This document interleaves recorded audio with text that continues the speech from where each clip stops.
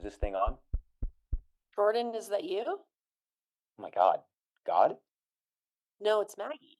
Oh, I wasn't expecting to hear from you until next legislative session. Well, there's this election happening that could really dictate what will happen in 2027. Right, right. So maybe we should give some previews? Yeah, I like that idea. Like a Cheyenne pre-roundup. Hey, yeah, cue the music.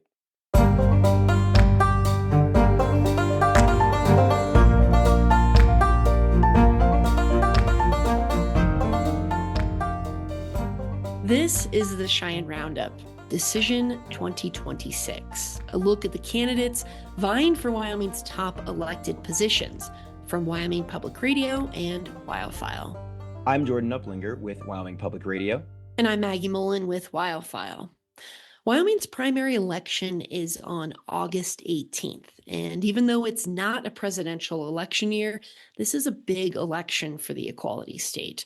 One of our U.S. Senate seats is up for grabs. So is Wyoming's single U.S. House seat. And all 5 of the top state elected positions will be on the ballot. That's Governor, Secretary of State, who oversees businesses and elections, the Superintendent of Public Instruction, who oversees public education, the State Auditor, who is Wyoming's Chief Accounting and Payroll Officer, and the State Treasurer, who is the state's Chief Banker and Investment Officer. Not to mention the state legislature.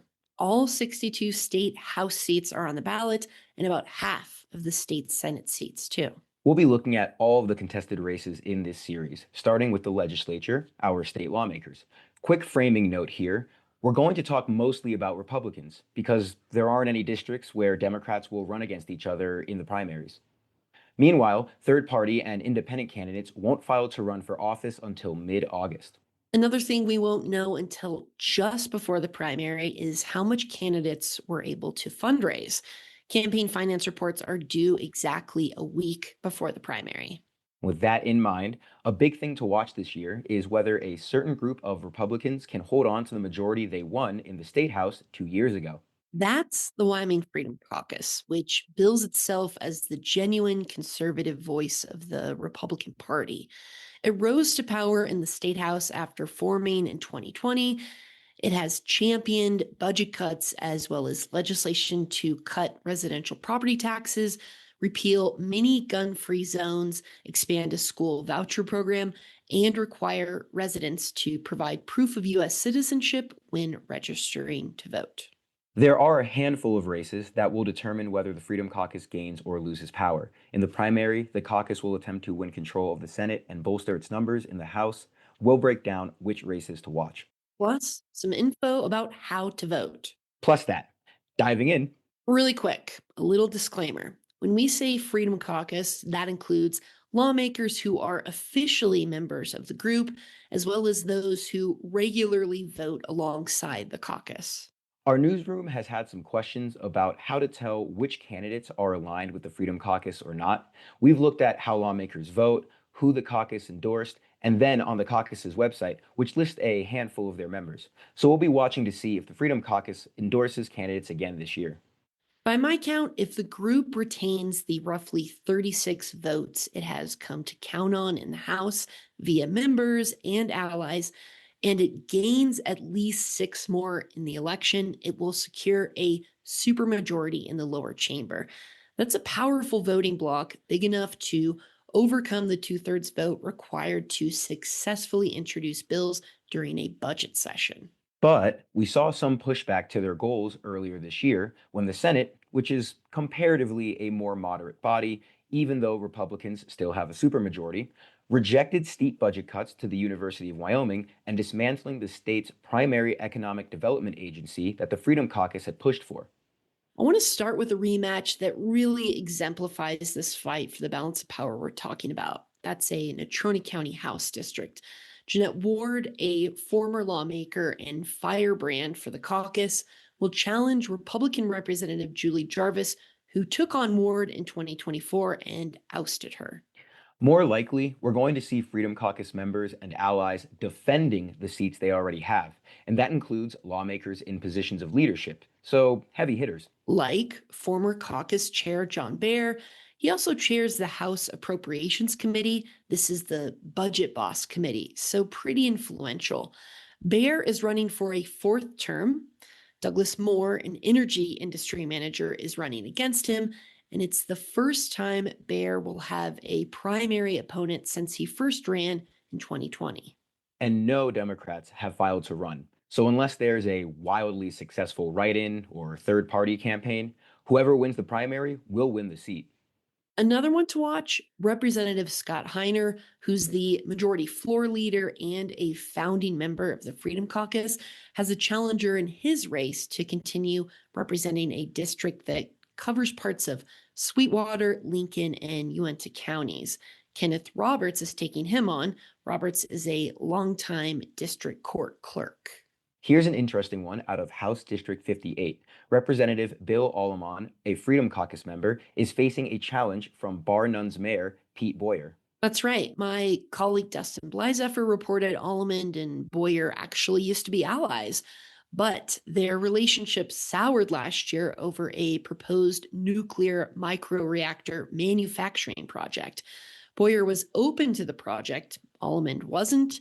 They're both conservatives but differ on economic development at a time when Wyoming is reckoning with large scale industrial proposals like data centers, wind, solar, and nuclear. A wrinkle in this race is that Allemon was arrested and charged with drinking and driving in December. He is fighting the charge. Just about every caucus member or ally who is seeking reelection will face at least one challenger. I covered that in a story we'll link to in this episode's show notes. You can also check out Wildfile's election guide to see who is facing off against who. You'll find my breakdown on social media. Check the show notes. So these are some examples of the Freedom Caucus defending seats in the House. But the caucus is also going on the offense and will try to gain seats in the Senate. Earlier this year, caucus leadership said some of its top legislative priorities failed because they didn't have enough support in the upper chamber. So, by the numbers, 17 of the Senate's 31 districts will be on the ballot this year. To gain a majority, the caucus needs to win at least 14 of those races to bolster the two senators it endorsed in 2024, namely Tim French out of Cody and Laura Pearson from Kemmer. Neither is up for re-election this year, so any wins in the following races will put the caucus closer to controlling the Senate. Now, the marquee competition will be between Senator Ogden Driscoll and Speaker of the House Chip Nyman in Senate District 1. Driscoll has represented the district for 15 years and is seen as a more old school Wyoming Republican compared to Nyman, who is a Freedom Caucus member. Here's one with a bit of a domino effect. Abby Angelos is leaving her seat in the House representing Gillette to run for the Senate. She's a reliable Freedom Caucus vote. She'll square off against Dwayne Dillinger, Executive Director of Campbell County's Parks and Recreation. They're both trying to fill the seat currently held by Senator Eric Barlow, who's running for governor.